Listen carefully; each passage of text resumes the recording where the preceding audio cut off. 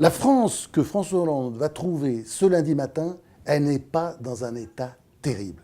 Alors, il ne faut pas dire que c'est la faute à Nicolas Sarkozy, parce qu'il suffit de voir ce qui se passe autour de nous en Europe. Ça n'est pas exceptionnel, hein, c'est le moins qu'on puisse dire.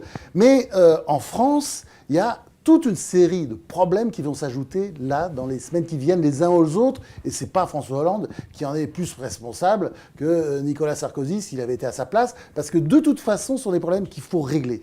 Premier point, les marchés. On va avoir les marchés sur le dos. On sait très bien que nous sommes sous la surveillance de Moody's, une des grandes agences de notation. Standard & Poor's nous avait déjà dégradé. Moody's va vraisemblablement, si Moody's nous dégrade, de toute façon, ce sera terrible. Et Fitch suivra.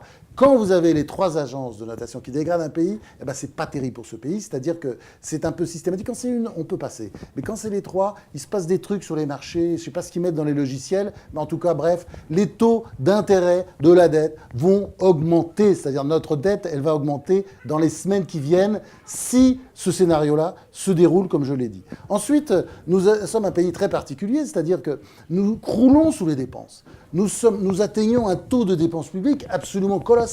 56% par rapport au PIB, ce sont nos dépenses publiques. C'est 10 points de plus que l'Allemagne. C'est plein de points de plus que même l'Italie. Donc on a là-dessus un problème à régler que ni François Hollande, c'est étrange que ce soit un socialiste le faire, mais enfin, pourquoi pas, et c'est pas la première fois qu'un socialiste ferait une politique de rigueur, mais c'est clair que si François Hollande veut réussir son quinquennat, il doit s'attaquer à ce problème, parce qu'un pays ne peut pas vivre avec autant de dépenses publiques qui génèrent, bien entendu, autant de prélèvements obligatoires, puisque en matière de prélèvements obligatoires, il va encore les augmenter, mais dit-il temporairement, c'est clair que la France a le pompon en matière européenne.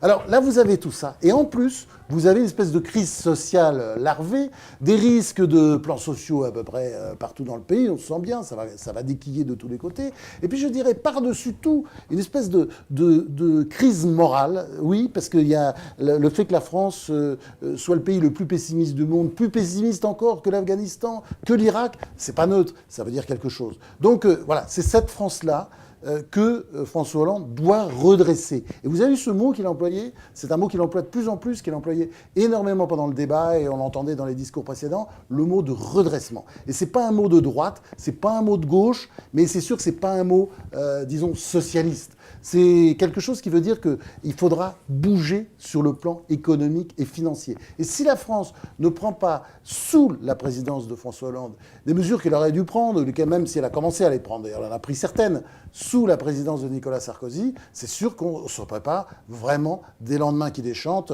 en 2017, mais c'est bien avant 2017, dès l'année prochaine.